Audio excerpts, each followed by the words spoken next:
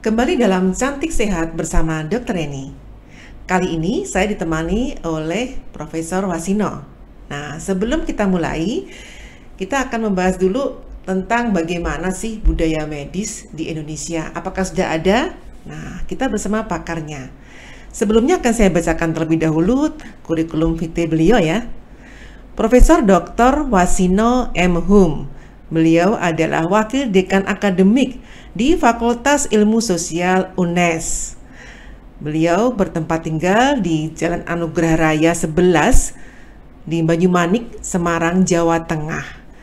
Dan sekarang beliau berkedudukan di UNES, mengajar sehari-hari sebagai apa, Prof? Ya, sebagai dosen di Fakultas Ilmu Sosial. Iya, di prodinya juga sama ya, Prof? Prodinya di S3-nya Pendidikan Ilmu Sosial, Iya. S2-nya Pendidikan Ilmu Sosial, kemudian S1-nya itu ada beberapa tempat di Ilmu Politik dan Ilmu Sejarah. Oke, terima kasih Prof. Luar biasa ya, banyak sekali, dan beliau itu S1 di Undip, S2 di UGM, S3 juga di UGM, dan pengalaman beliau luar biasa ya. Dan sekarang ini beliau juga aktivis di budaya medis. Terakhir di mana Prof? Yang seminar di... Oh ya, jadi seminar di India ya. Jadi kemudian yang kedua seminar sama Asosiasi Sejarawan Medis di Filipina. Sejarawan medis loh, tuh baru denger kan sejarawan medis ya? Ya, itu kita ada setiap tahun ada pertemuan. Sebenarnya kalau tidak ada COVID kita ada pertemuan berganti-ganti negara, mulai dari Amerika sampai dengan Australia. Indonesia juga pernah itu tahun 2019 itu sebelum COVID. 2019. Ya, tempatnya di Perpustakaan Nasional Jakarta. Oh, oke, baru mendengar nih Prof. Ya. Sebagai seorang dokter saya baru ini ya Prof, untuk melihat dan mendengar bahwa sebenarnya dokter tuh tidak bisa bergerak sendiri ya, membutuhkan sejarah, membutuhkan budaya, sehingga bisa memberikan efek kepada masyarakat supaya lebih sehat. Nah, untuk masalah di COVID ya Prof, kan ini kita membahas tentang kusta sebagai penyakit menular. Terkait dengan itu, menurut Prof bagaimana nih perkembangan budaya medis dengan COVID yang kemarin berlalu? Ya, sebenarnya COVID itu mengajari kita untuk berbudaya sehat. Iya. Karena begini, sebenarnya budaya sehat itu sudah diajarkan pada masa penjajahan Belanda. Jadi Belanda itu selain menjajah tapi juga ada proses pendidikan terutama yang berkaitan dengan medis. Karena kan secara tradisional kita kan medis tradisional ya, berkaitan dengan dukun, dengan obat-obatan tradisional. Tapi kemudian karena kita dijajah Belanda, lalu kemudian kita mengenal yang mana rumah sakit, mengenal dokter, dan sebenarnya kita itu mewarisi proses pendidikan rumah sakit dari zaman Belanda. Dan nama-nama rumah sakit itu juga terkait dengan Stovia, kemudian sekolah dokter di Surabaya dan sebagainya. Saya kira ini perlu direvitalisasi. Dan COVID mengajarkan bahwa hidup sehat itu harus dimulai dari individu, yaitu gaya hidup yang berubah, yaitu dari mencuci tangan, pakai sabun, kemudian harus menjaga jarak, kemudian kalau habis bepergian harus mandi dulu, tidak boleh langsung berkumpul keluarga dan sebagainya. Nah, itu tradisi seperti itu kan sudah ada sejak 1918 ketika terjadi flu Spanyol. Flu Spanyol ya, Prof? Jadi bagaimana itu? Ya, ketika itu saya diwawancarai juga di salah satu Suara Merdeka kalau nggak dari itu, bicara tentang kira-kira kapan Pak ini COVID ini akan berakhir. Belajar dari flu Spanyol itu 2 tahun paling tidak. Waktu itu kan pemerintah tidak siap, dan zaman Belanda saja 2 tahun bisa baru selesai. Ternyata itu betul, sampai sekarang kan sudah 2 tahun, malah sekarang masih berkembang lagi kan. Mungkin COVID-nya, virusnya lebih canggih gitu ya. Nah, dulu juga diajari tentang bahwa dengan penyakit itu, lalu pemerintah, dinas kesehatan pemerintah, dokter-dokter mengajari bagaimana masyarakat itu dididik. Nah, mendidik masyarakat untuk hidup sehat itu merupakan perilaku pendidikan kebudayaan. Dan sekarang ini pemerintah kan juga gencar-gencarnya untuk mendidik masyarakat bagaimana berperilaku sehat menghadapi COVID-19. Oke, nah terkait dengan pendidikan tadi sebenarnya hubungan dengan budaya itu bagaimana, Prof? Menurut Prof itu budaya itu sebenarnya gimana sih? Budaya medis itu apa? Apakah ada hubungannya dengan budaya pada umumnya? Ya, sebenarnya budaya medis itu bagian dari budaya secara umumnya, karena itu kan menyangkut individu. Jadi kalau kita bicara budaya itu yang pokok itu cara berpikir, gagasan, ideologi, nilai-nilai yang dipegang oleh komunitas, oleh kelompok masyarakat.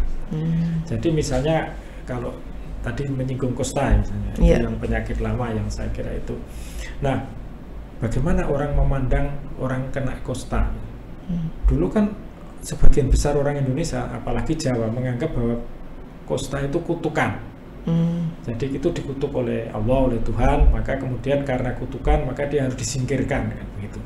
Nah, sementara itu Belanda membuat konsep yang berbeda, bahwa itu bukan kutukan tapi perilaku medis yang salah, kan begitu. Perilaku kehidupan yang salah. Untuk itu kemudian dengan menggunakan budaya medis, budaya yang terlekat dengan kedokteran, dengan kesehatan dan sebagainya, lalu kemudian Belanda mendidik pertama dengan pendekatan struktural, yaitu bahwa karena kalau dibiarkan saja nanti itu terjadi masalah, lalu Belanda membuat koloni-koloni. Jadi kalau sekarang namanya karantina lah, jadi dia ditempatkan di tempat khusus sampai ada yang 1.000, 4.000 di sana. Itu dulu kan yang namanya kusta itu banyak sekali yang kena, tapi ada juga yang kelompok kecil. Nah, kemudian disitulah kemudian dikirim dokter-dokter yang dia punya altruisme yang baik, kemudian obat-obatan, terus diajari cara hidup baru. Dan ternyata setelah pulang dari koloni itu dia sembuh, dia berubah gaya hidupnya, budayanya berubah, kan begitu. Nah, sementara itu dari perilaku yang kena, tapi mengenai perilaku itu dipengaruhi oleh cara berpikir tadi. Sekarang ini misalnya mengenai COVID, ya. Pertama-tama kan COVID itu juga dianggap ini setan, dianggap itu musuhnya Tuhan dan sebagainya. Masa takut dengan setan? Orang Muslim kok takut dengan setan? Nah, terus waktu itu wakil presiden malah mengatakan Indonesia pasti aman karena kita membaca doa kunut. Nah, ya wong itu yang namanya virus itu kan unlogis ya. Nah, ini berarti kan masalah cara berpikirnya harus diubah. Nah, cara berpikirnya apa? Misalnya kita menggunakan agama misalnya, bahwa kalau budaya medis yang digunakan kan bagian dari agama kita sebut yang namanya sunatullah, hukum Allah. Nah, hukum Allah itu kan berkaitan bahwa virus itu dia tidak mengenal yang namanya disolatkan terus berubah, enggak. Tapi Tuhan itu sudah membuat rumus-rumus tertentu dan orang harus mempelajari. Maka kemudian ada ilmu kedokteran bagaimana menjinakkan virus, mengurangi gerakan virus dan sebagainya. Jadi saya kira itu bagian dari budaya medis. Jadi budaya yang dibentuk sebenarnya sekarang ini di Indonesia itu seperti apa sih, Prof? Yang sebenarnya bisa digunakan untuk penyakit menular. Kemarin kan sukses di COVID ya, Prof. Tapi seberapa jauh suksesnya itu? Apakah bisa digunakan untuk penyakit menular yang lain? Saya kira bisa. Jadi pengalaman COVID ini, penyakit itu kan kalau berdasarkan historisitas ya, penyakit itu kan berganti-ganti toh. Dulu ada yang namanya malaria, kemudian ada demam biasa, ada disentri, ada demam berdarah, ada pes. Nah, kan pemerintah kemudian mengubah cara berpikir, perilaku, budaya masyarakat bagaimana menghadapi pes misalnya. Nah sekarang ini pengalaman yang ada pada COVID-19 ini, pemerintah kan masih sibuk untuk bagaimana ini ditekan. Harusnya itu menjadi satu rujukan kebijakan, paling tidak untuk dinas kesehatan, Kementerian Kesehatan itu untuk bagaimana mengubah budaya masyarakat dalam menghadapi penyakit-penyakit menular yang akan datang. Gaya hidup sehat. Untuk menjamin bahwa itu bisa konsisten bagaimana, Prof? Nah, untuk bisa menjamin konsisten itu bisa menggunakan pendekatan budaya, tapi juga bisa menggunakan pendekatan sistem. Pendekatan budaya itu berarti mengubah cara berpikir. Kemudian supaya nanti cara berpikirnya berubah, perilakunya berubah. Nah, paling sederhana itu adalah melalui konten kurikulum. Di sekolah mulai dari TK sampai dengan perguruan tinggi pada usia anak-anak itu anak-anak TK sekarang itu kan malah banyak diajarkan tentang matematika, tentang bahasa, tapi lupa mengajarkan gaya hidup sehat. Jadi mungkin dokter-dokter itu juga perlu datang ke sekolah-sekolah, terutama yang berkaitan dengan penyakit menular itu sudah diajarkan masuk konten kurikulum itu sejak pendidikan anak usia dini sampai dengan paling nggak SMA. Kalau mahasiswa saya kira sudah tahu itu ya. Berarti Menteri Pendidikan kerjasama dengan Menkes ya? Iya, pasti harus bekerja sama. Supaya kurikulum itu dimasukkan untuk merubah pola pikir tadi ya, Prof? Iya, dan sebenarnya mata pelajarannya itu sudah ada. Kalau di SD itu kan jelas terlembagakan di ilmu pengetahuan alam. Di situ ada biologi, ada kimia, kan begitu. Hanya kan daripada nanti itu materinya itu tidak kebanyakan hafalan, sekarang harus dalam life science. Jadi ilmu pengetahuan yang berkaitan dengan dunia nyata. Nah itu misalnya mengenai bicara tentang biologi ya berarti kan berkaitan dengan virus. Nah virus nanti berkaitan dengan virus, bakteri, nanti karena penyakit. Lah kemudian penjelasan tentang itu bisa masuk ke kurikulum sekolah. Iya. Berarti pendidikan berkelanjutan. Iya. Kalau yang sudah di luar pendidikan bagaimana, Prof? Nah di luar pendidikan itu segmen. Kan ada yang orang umurnya sudah 50 tahun ke atas. Gimana caranya? Itu bisa lewat kelompok-kelompok dia berkumpul. Nah, kelompok paling tradisional kan misalnya pengajian. Kemudian posyandu, RT, RW. Nah, di dalam perkumpulan-kumpulan itu bisa dilakukan promosi-promosi kesehatan untuk mendidik mereka. Dan mendidik mereka memang lebih sulit dibandingkan mendidik yang masih di sekolah anak-anak, tadi, ya. Jadi maka itu harus ada cara-cara untuk level umur yang berbeda-beda. Selama ini sudah ada yang sukses apa belum, Prof? Mendidik para kaum yang sudah lebih usia begitu? Saya belum melihat itu menjadi sasaran pendidikan ya. Nah kalau kita lihat kan kelompok-kelompok mereka itu kalau sudah usia 50 tahun ke atas itu yang muncul itu kan ada di kelompok keagamaan, pengajian, gereja dan sebagainya. Dan di sosial ya, di Indonesia itu kan ada budaya, cara berpikir. Jadi kalau sudah umur lansia, itu yang dipikirkan kan mati kan begitu. Nah itu beda. Ya, jadi memikirkan mati. Lalu kumpulan-kumpulannya itu berkaitan dengan persiapan untuk mati kan begitu. Ada pengajian, kumpulan akhirat itu toh.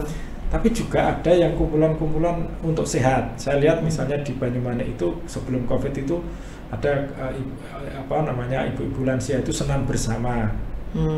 Senam bersama. Saling menyemangati supaya tetap sehat. Ya, kemudian ada bapak-bapak itu yang sekarang masih jalan itu sepeda bersama. Nah, saya kira itu di dalam kelompok-kelompok ini ada semacam enkulturasi. Enkulturasi itu pembudayaan. Pembudayaan itu berapa lama tuh prosesnya? Panjang Bu. Jadi pokoknya yang namanya pembudayaan itu harus terus menerus dilakukan. Konsisten. Nah itu saya kira. Terus kemudian medianya itu bisa media yang secara langsung seperti itu. Tapi sekarang kan banyak media yang bisa digunakan. Dulu media yang itu kan pakai radio, masih bisa jalan. Sekarang radio dulu kan ditinggal oleh TV. Sekarang malah radio itu hidup lagi karena apa?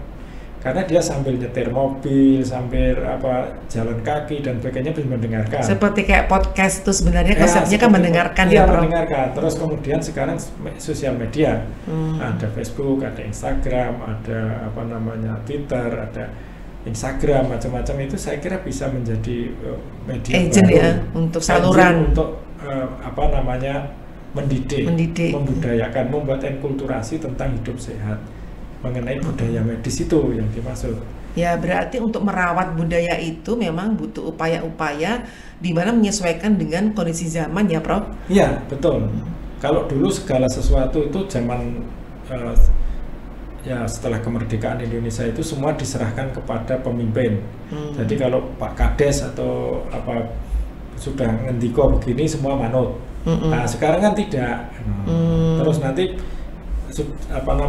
para pemimpin tradisional itu kehilangan legitimasi, tidak dipercaya. Lalu ulama kan banyak yang ulama-ulama itu ikut. Tapi akhir-akhir ini juga ada kelompok yang kemudian dia tidak begitu saja mudah diberitahu oleh ulama. Nah maka kemudian kita kan harus masuk ke segmen lain. Kita bagian influencer istilahnya sekarang itu, untuk mengajarkan, mendidik mengenai hidup sehat, budaya medis itu. Jadi sumber-sumber untuk memberikan informasi sehat itu memang harus sesuai by one, itu memang beda-beda ya Prof? Beda-beda. One by one, maksudnya ini cocoknya dengan apa? Nah itu kurang lebih kita sebagai dokter itu menggunakan alat apa nih Prof? Maksudnya oh ini harusnya pakai ini pakai ini, itu bagaimana Prof? Cara mengukurnya? Makanya itu saya kira kalau yang saya intip ya misalnya di negara barat misalnya, yang namanya di Fakultas Kesehatan Masyarakat atau Kedokteran itu juga ada yang namanya studi tentang kebudayaan, dan di situ ternyata dia ada bagaimana mendidik budaya medis itu untuk level taman anak-anak, untuk level remaja, untuk itu ternyata berbeda-beda. Nah, sehingga itu perlu ada semacam survei. Kira-kira konten apa yang bisa diberikan untuk segmen orang tua, dan itu pun nanti akan berbeda. Segmen orang tua untuk di Papua akan berbeda segmen orang tua untuk di Jawa misalnya gitu. Jadi sebelum kita terjun mengedukasi masyarakat diperlukan penelitian atau observasi. Ya. Itu dilakukan oleh siapa sebaiknya itu Prof? Ya mereka yang akan membuat konten itu, atau memang itu bagian dari survei dari Dinas Kesehatan atau Kementerian Kesehatan atau di Fakultas Kedokteran atau Kesehatan Masyarakat. Nah hasil surveinya itu bisa dipakai untuk membuat konten kreator untuk mempengaruhi masyarakat untuk hidup sehat itu. Tadi kan ada yang cocok dengan ulama, ada yang cocok dengan konten kreator, ada yang cocok dengan misalnya apa ya, yang lain-lain, misalnya ada yang nggak yang percaya sama dukun? Ada, dan dukun itu masih berlaku sampai sekarang. Gitu ya. Hanya kan apa namanya di daerah-daerah yang tradisional. Dulu kita kenal misalnya Ponari misalnya. Iya. Wah itu di daerah Jawa Timur misalnya, berbondong-bondong orang datang ke Ponari. Nah itu dalam konten kesehatan sebenarnya Ponari itu Ponari dalam tanda petik Ponari itu bisa dititipi pesan untuk konten kesehatan medis yang lebih rasional. Itu bukannya merendahkan dunia kedokteran, enggak ya Prof? Bukan, kan kita kan menitipkan di dalam situasi budaya seperti apa, kita tidak akan merendahkan itu hanya cara mendidik. Seolah kita ikut mendukung kepercayaan itu untuk sehat tuh gimana Prof? Bukan, nanti setelah kita masuk ke dalam misalnya kita diskusi tentang Ponari, nah kemudian di situ kita masuk ke bagaimana logikanya secara antropologi, secara historis, kemudian bagaimana dunia kedokteran itu memahami itu, bagaimana masyarakat harus bersikap, misalnya gitu itu. Nah, disitulah ada fungsi pendidikan. Misalnya kan ada dalam masyarakat tertentu, saya tidak nyebut Ponari, misalnya masih percaya bahwa, tapi tidak di Indonesia ya, itu orang sakit kemudian kencing anjing, ada yang kemarin kencing unta juga ya, lalu diminum. Nah, nggak apa-apa, konten tentang itu dunia kesehatan bisa masuk. Nah, kemudian nanti diskusi dengan ulama di situ, kemudian disitulah aspek pendidikan kesehatan bisa dimasukkan. Kalau untuk ukuran Indonesia itu kan sebenarnya masyarakat daya serap maupun daya itunya kan juga berbeda-beda ya Prof. Maksudnya menurut Prof yang paling cocok untuk diterapkan itu melalui budaya baca, melihat atau mendengar Prof. Karena kan ada yang entah ya, saya belum survei sih Prof, yang berapa persen sih yang senang membaca, berapa persen yang senang mendengar, berapa persen yang senang melihat gitu Prof. Selama ini bagaimana sih Prof untuk dilihat dari sejarah dan kebudayaan, orang Indonesia itu tidak senang membaca. Iya. Hasil survei literasi dan tidak senang menulis juga. Iya. Sehingga dia senang mendengar dan melihat. Iya. Sehingga sekarang makanya kenapa kok budaya baru sekarang itu teknologi YouTube, Facebook, Instagram itu begitu laku di Indonesia. Sekarang kan pengguna Instagram, pengguna Facebook, pengguna YouTube di Indonesia, pengguna YouTube di Indonesia kan tinggi sekali. Iya. Ya karena itu menyangkut tentang budaya. Nah, sementara kalau misalnya orang Belanda lah yang saya tahu, kalau saya misalnya pas naik kereta gitu, budayanya kan baca.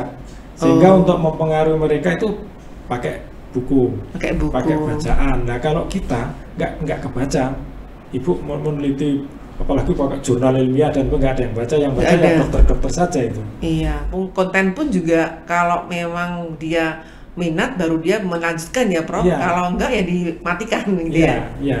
Jadi saya kira itu memang untuk budaya medis itu juga harus melihat bagaimana trennya kemana.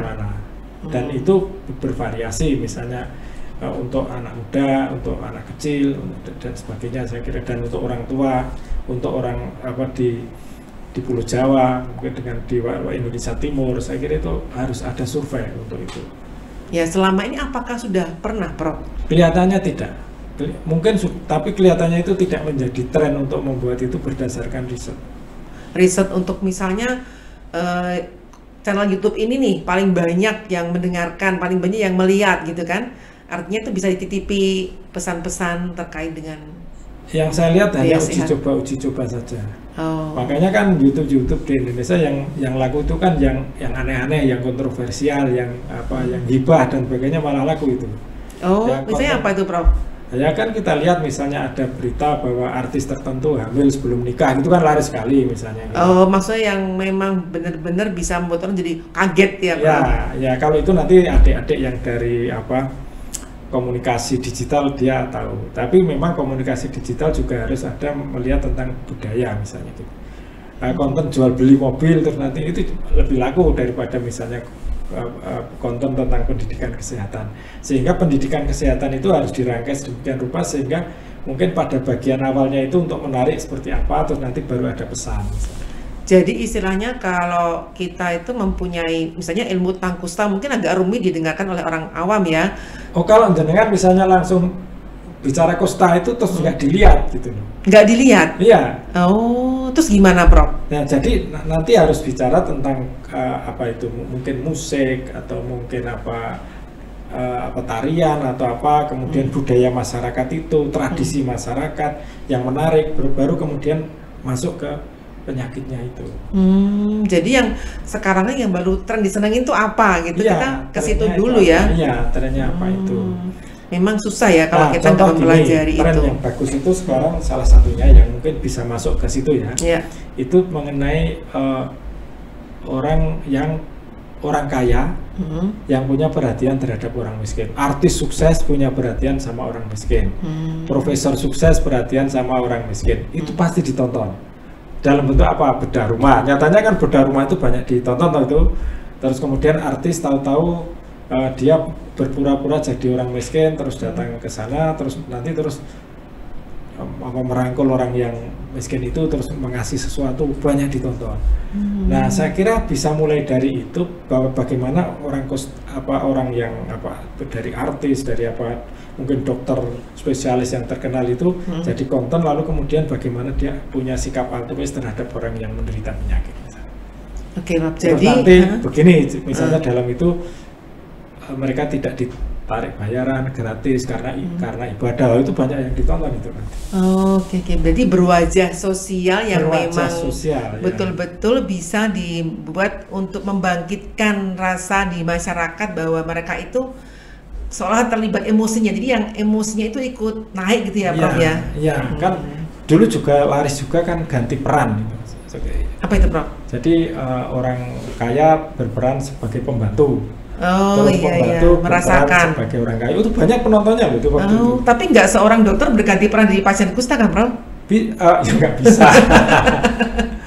Nggak bisa itu. Tapi bahwa itu mengenai kepedulian sosial, saya kira masih ada nilai-nilai budaya kita yang oleh masyarakat kita itu senang ditonton, yaitu kepedulian sosial.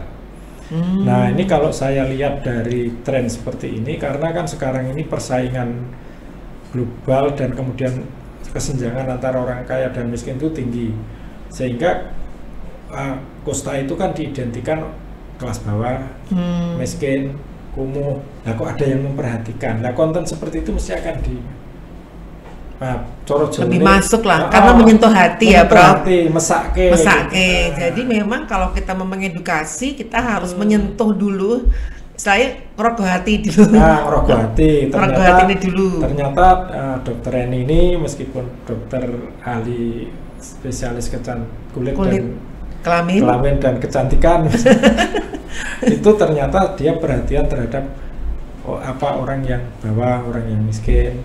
Nah, kemudian setelah ada perhatian, terus dia orangnya itu kemudian berubah jadi sembuh dan sebagainya. Itu akan menjadi konten yang menarik itu.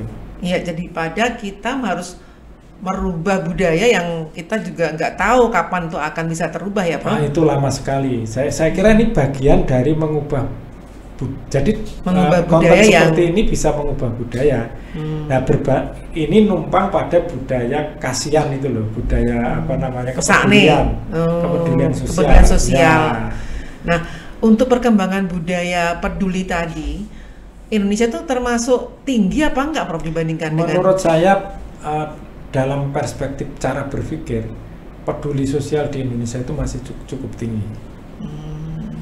Peduli sosial, buktinya apa? Kalau ada konten-konten peduli sosial itu banyak penontonnya. Oh gitu ya, Prof? Ya, kalau nggak, saya lihat misalnya mengenai kepedulian sosial itu kemudian diunggah, maka yang komentari, yang subscribe itu tinggi. Tapi bukan berwajah mesake kemudian ditonton ya, Prof, ya? Ya, tapi itu budaya Indonesia juga, senengnya nonton wong sing tertindas, tertindas. Dan itu memang juga sebenarnya kan kayak acara bedah rumah dan sebagainya itu kan sebenarnya niatnya menolong, tapi sebenarnya tujuannya kan juga untuk promosi tuh. Tapi everything bahwa itu ternyata bisa mempengaruhi cara berpikir. Jadi para pemeran yang ada di konten-konten yang mengunggah emosi tadi itu bisa juga dibelokkan ke arah edukasi medis ya, Prof? Betul. Jadi yang berkaitan dengan kepedulian sosial, yang mengungkap emosional penonton itu terus disitulah dimasukkan pendidikan medis, budaya medis dimasukkan. Oke, apakah dengan selama ini pernah nggak Prof melihat itu? Jadi misalnya si artis A, dia filmnya itu sangat viral ya, Prof, sekarang. Kemudian kita minta tolong ke beliau nih, tolong dong kita juga ada seperti ini, apakah itu bisa dengan yang peran dia yang bukan antagonis ya, yang protagonis ya, maksudnya gitu. Nah, ini yang menurut saya, jadi film-film konten-konten yang peduli sosial dari artis-artis, dari orang kaya itu sudah muncul, tapi pesan medisnya belum pernah muncul. Oke, kira-kira ada nggak ya artis yang berkenan membantu kita untuk menuntaskan atau menjadi program dari merawat budaya ini ya, merawat budaya medis supaya bisa konsisten? Saya yakin kok pasti akan tertarik. Jadi ini kan hanya karena belum pernah dapat pesan saja, mereka itu belum pernah diajak kolaborasi saja.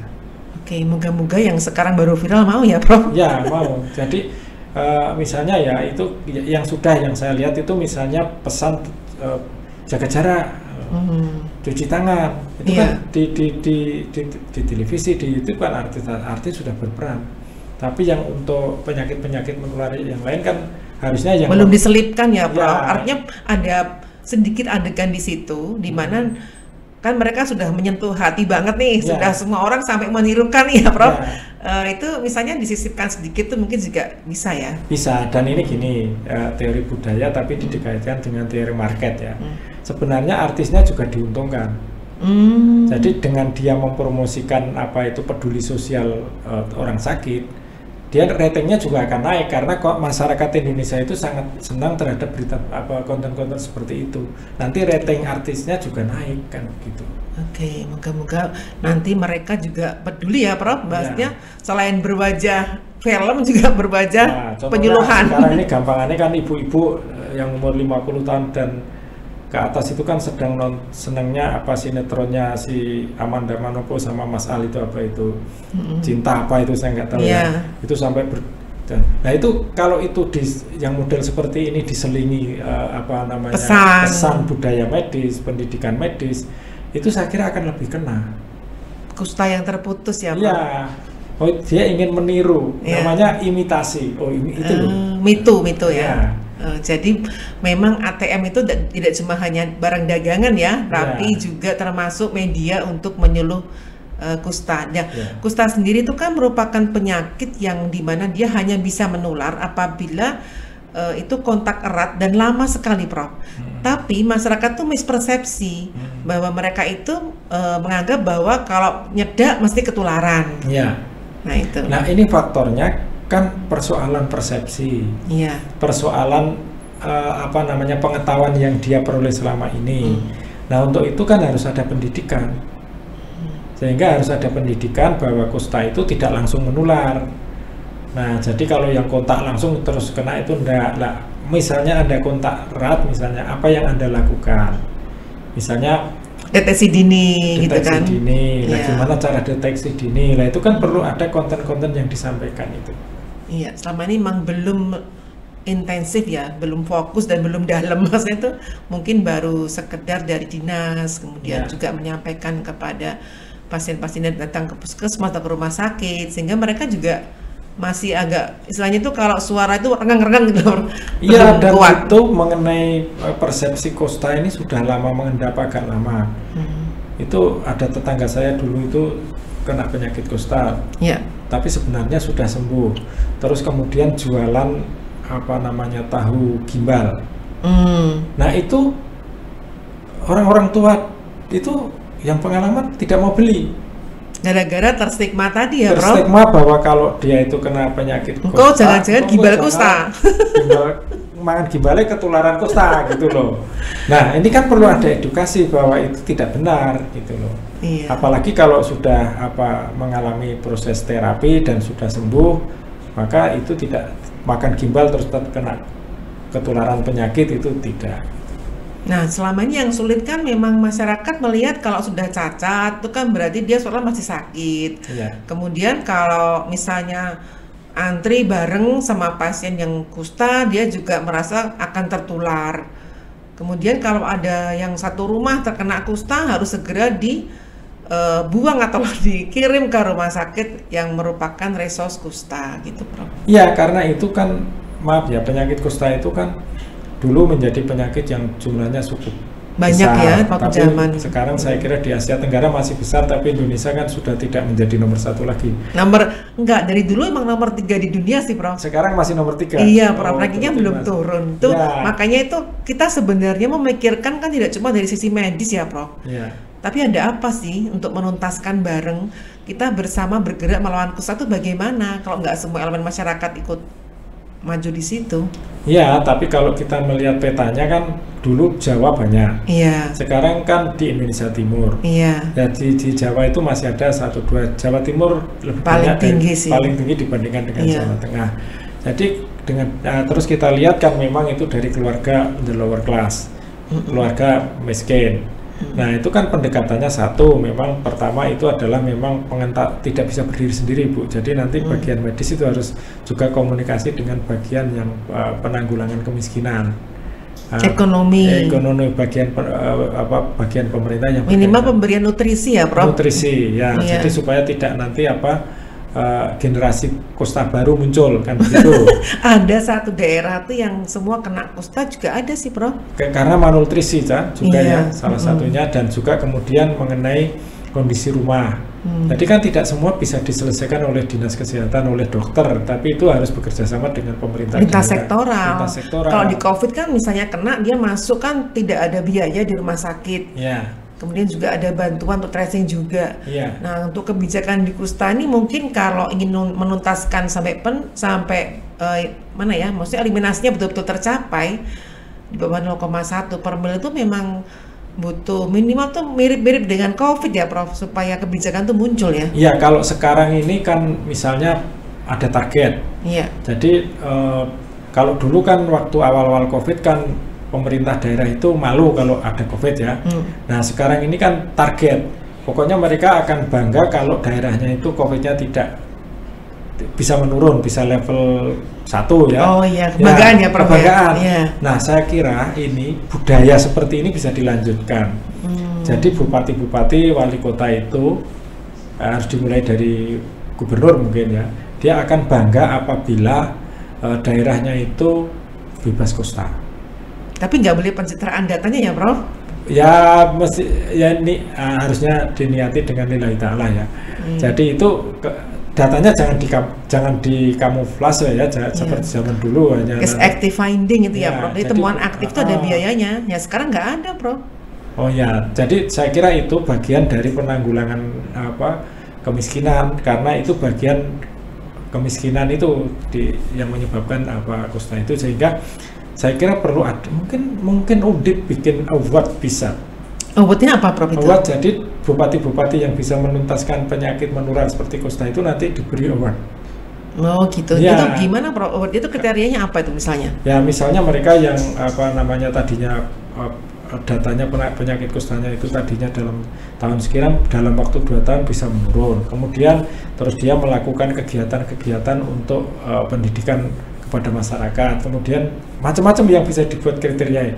Saya kira award ini bagus, Bu, dan bisa dibuat ketika kalau pas undi pada di natalis atau apa di fakultas atau di universitas, yang di situ ada award-award yang bisa mendorong diberikan kepada bupati, kepada tokoh masyarakat, kepada tenaga medis di daerah yang sangat berjasa dalam mencegah penyakit menular. Iya, jadi selama ini di Indonesia sebenarnya potensi-potensi itu bisa dikembangkan semaksimal mungkin ya, Prof. Yang penting bagaimana kita itu mengelola dengan benar. Sebagai seorang ilmuwan, kita memang mempunyai peran sebagai agent of change, memberi masukan dengan salah satunya tadi memberi award, kemudian membuat penelitian. Kemudian kita juga bisa melakukan survei ke masyarakat yang selama ini siapa sih yang bisa jadi penyuluh, siapa sih yang mengenal di hati, kemudian bagaimana kita bisa menjadi bagian dari konten kreator itu bersama-sama dengan para bintang film atau para YouTuber. Ya, gitu. Terus sekarang kan juga ada relawan-relawan. Oh iya, Prof. Kalau misalnya masa bencana alam ada relawan, kemudian ada COVID ada relawan. Nah, sekarang saya kira penyakit menular yang lain seperti lepra itu mungkin perlu juga ada relawan. Relawan ya, bukan hanya relawan kampanye pilihan apa gitu ya, Prof ya? Ya, jadi saya kira dan itu nanti diunggah bahwa ternyata ada orang yang dengan ikhlas dia memberi penerangan, membantu mengurangi penderitaan dari mereka yang kena penyakit kusta misalnya. Saya kira itu penting karena saya kira stigma itu sampai sekarang cukup berat ya. Begitu kusta itu terus pikirannya itu disingkirkan kan gitu. Iya. Jadi kalau memang masyarakat yang sekarang ini banyak yang tidak mau membawa anggota keluarganya ke pusat kesehatan karena mereka takutnya punya seperti aib. Jadi aib itulah yang membuat mereka itu berat kalau dipandang wah keluarga kusta gitu loh. Ya sama saja penyakit jiwa. Wong edan. Wong edan kan kudunya dibawa ke rumah sakit jiwa sebelum edannya, tapi dibiarkan saja malu wong edan malah di penjara di rumahnya sendiri. Di rumah dulu di kakinya dikasih kayu atau apa sehingga supaya tidak bisa pergi itu misalnya gitu. Makanya jadi gunung es ya, Prof. Iya. Jadi sepertinya terlihatnya segitu, tapi ternyata yang disembunyikan tuh banyak. Nah, saya kira nilai-nilai berbasis agama itu bisa diungkap, Bu. Jadi bahwa penyakit itu bisa disembuhkan, tidak ada yang tidak ada obatnya, dan manusia harus berusaha, dan orang keluarga yang berusaha untuk menyembuhkan penyakit itu bagian dari ibadah misalnya gitu. Saya kira itu juga peran ulama di daerah juga diperlukan itu saya kira. Ulama, kemudian tadi yang sukanya nonton film, nilai-nilainya apa yang bisa ditanamkan gitu ya, Prof. Dan juga pemerintah resmi.